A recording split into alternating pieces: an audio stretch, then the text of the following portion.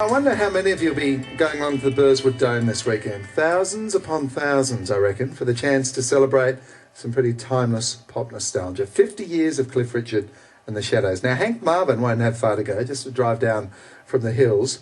But for Shadows rhythm guitarist Bruce Welch, the journey has been an incredible one. The man who co-wrote many of the hits, including Summer Holiday, who dated the lovely and talented Olivia Newton-John, and who has experienced a lot of the ups and downs of a lifetime in rock and roll. He's my guest in the studio this morning. Good morning to you, Bruce. Good morning, Jeff. And I know you're here slightly jet-lagged. What time did Cliff arrive? Cliff, they got here about 3 o'clock this morning. Yeah. So we haven't said hello yet. Haven't you? No, Brian and I got here 3 days ago. I've never met you before, but you look breathtakingly well.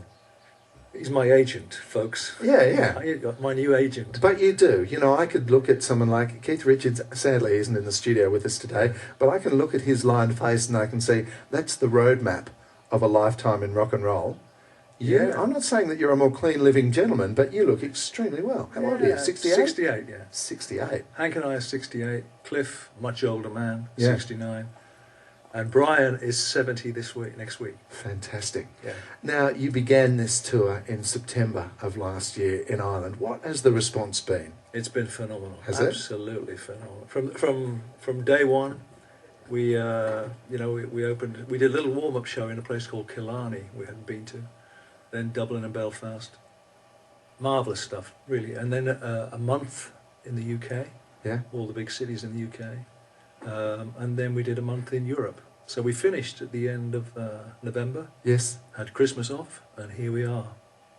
Yeah. This is going to be the start of your Australian tour. I want to Yeah. take you back a long way, okay? Yeah. When the hair was black. It was black, wasn't It it? was dark, Now it's white. Now Yeah, it's yeah. wonderful, but it's white. but it's mine.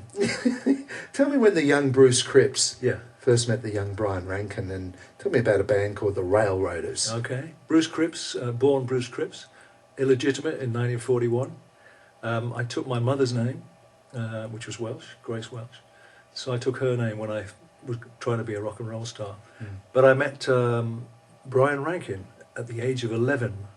Hank and I somehow, I don't know how, had passed what we have in the UK called the 11 plus exam, you know. I don't know how we got that, but we did.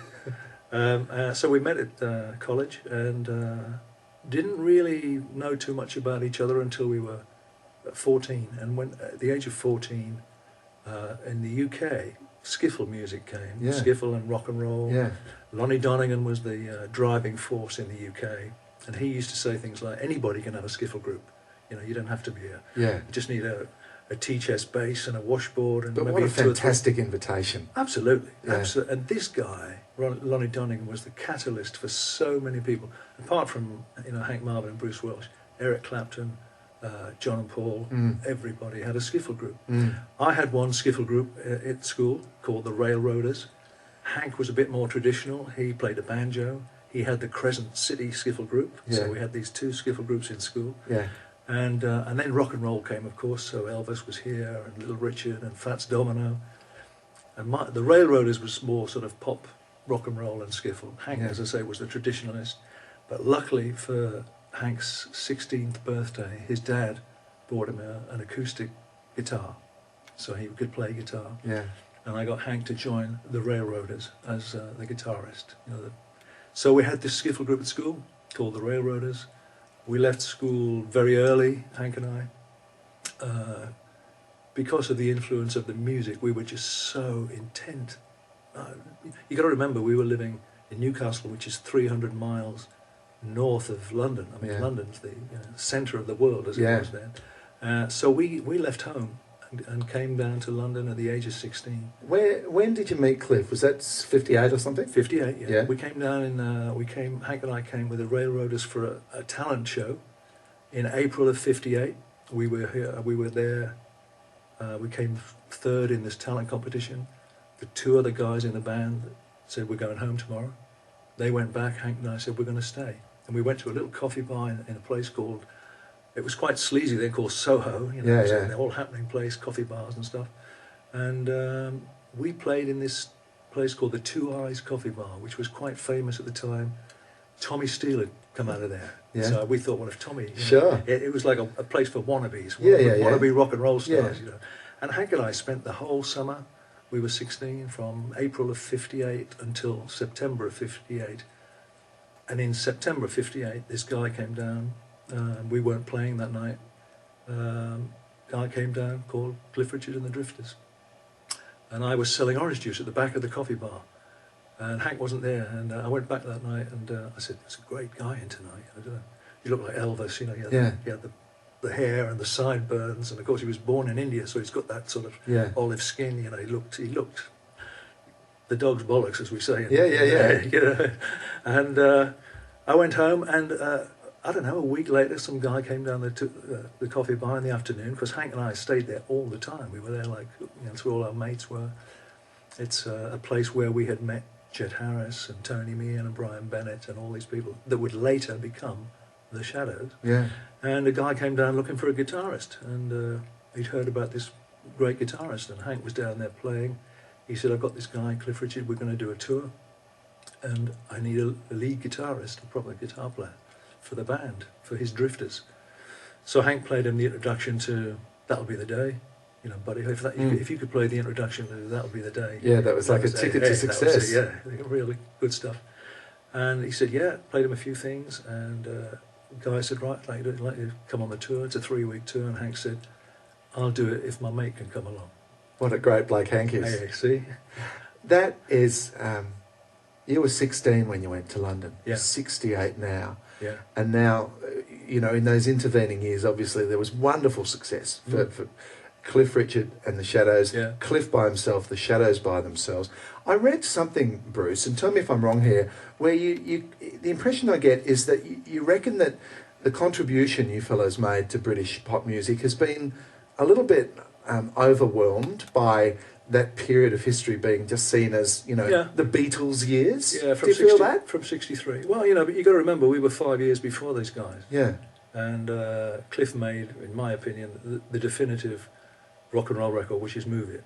Move It's a fantastic record. It still is. Yeah. 51 years later, it's a fantastic record. And because of the media or young guys at heart, you know, once the 63 came, once the Beatles came, and the Mersey sound and all that, and it went into America, you know, the invasion of America, anything that was pre-63 sort of gets... dismissed. Dismissed.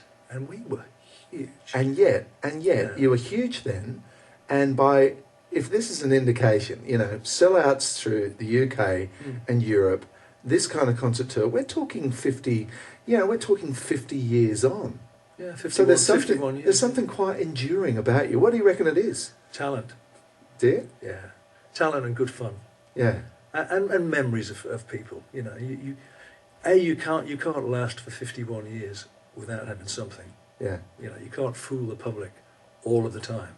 You can some of the time. Yeah, but not all of the time. Not for that length of time. No. You said that Cliff, who is asleep, but he might be listening. Hello, Cliff. Hello, Cliff. You said that he looked like the dog's bollocks when you know, back in the 50s. How's he looking now? Because still the same. I find him quite disturbingly well preserved. Slightly older dog, but still fantastic. Yeah. He's in great nick. You know, he's slim. Unlike some of us. What is giving you the greatest pleasure, though? I read Andy Sumner's book about the Police reunion tour of a couple of years ago, and he said he was very anxious about it because he thought, you know, we'd gone our separate ways. People will say we're only doing everything for the money. He said that once they started and got back together, he was able to remember the things of beauty about the band. Absolutely. When you play, and when you play this weekend, what will give you the biggest smile, do you think? I think the biggest smile started last September when we got together to rehearse. And, you know, we hadn't played then for 20 years together. And the main thing was all of the egos were left at the door. Yeah. And Cliff became one of the band like he was from 1958 to 1968. And it was 5 guys having a fantastic time. And this is why we came in the business, and we're loving it. So this is why it works this time round, because you're all older, your life does not depend on it, and if anyone's got an ego, you can go, you know what, shut up. I couldn't say that 30 years ago, but shut up, we're not having any of it. No, we don't. None of it. And that's been the best bit, seriously. I'm not sure that you'll tell us the last song that Cliff and the Shadows will play on Saturday and Sunday night. But if you were called on stage for the final encore, I don't want to sound like you're about to die or anything. If you're called on stage for the final encore, what would you like to hear? I think the song that probably epitomises our relationship, as it were, because of the movie and everything, is probably The Young Ones. Yeah. I think that's the most famous Cliff and the Shadows song. You know, it was a multi-million seller at the time. And that's what we finish with, by the way. Do you? Yeah. Well, I tell you what. We will always be the young ones. You're paying tribute to the young ones, and I'm sure the sound will be fantastic. You look brilliant, and I can just feel how enthusiastic you are. Bruce, it's been a great pleasure to have you come in. Jeff, thanks ever so much. Bruce Welch, one of the Shadows, and a man who has built a very impressive career quite independently of the front man who looked like the dog's bollocks in the 50s and apparently looks much the same, even if slightly older.